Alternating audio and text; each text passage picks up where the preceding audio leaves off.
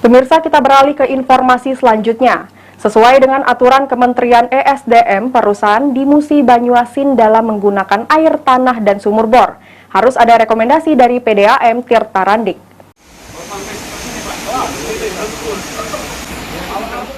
Sesuai dengan keputusan Menteri ESDM nomor 291 tentang penyelenggaraan persetujuan penggunaan air tanah, perusahaan di Musi Banyuasin boleh menggunakan air tanah dengan sumur harus ada surat rekomendasi dari PDAM.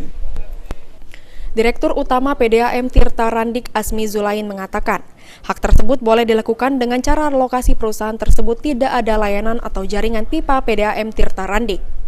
Perusahaan boleh mengajukan permohonan pengelolaan air tanah sesuai rekomendasi dari PDAM untuk mengantisipasi dampak lingkungan akibat dari eksploitasi berlebihan dari penggunaan air dalam tanah yang berlebihan. Jadi tadi memang kita Zoom meeting dengan pihak KPK, Koordinator Ekonomi Provinsi dan Provinsi Palembang dengan kawan-kawan BUMD khususnya PDAM Sumatera Selatan.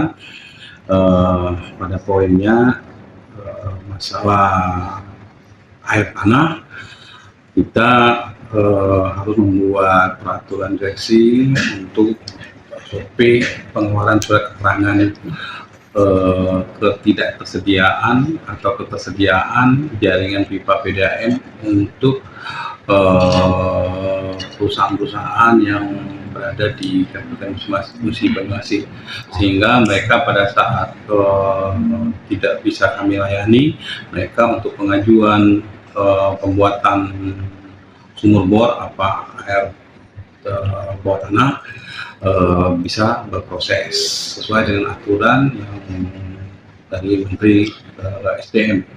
Seperti itu inti dari rapat koordinasi meeting tadi. Asmi menambahkan jika pihaknya sudah mendapatkan arahan dari KPK untuk tidak mempersulit perusahaan yang mengurus surat tersebut jika sudah memenuhi syarat.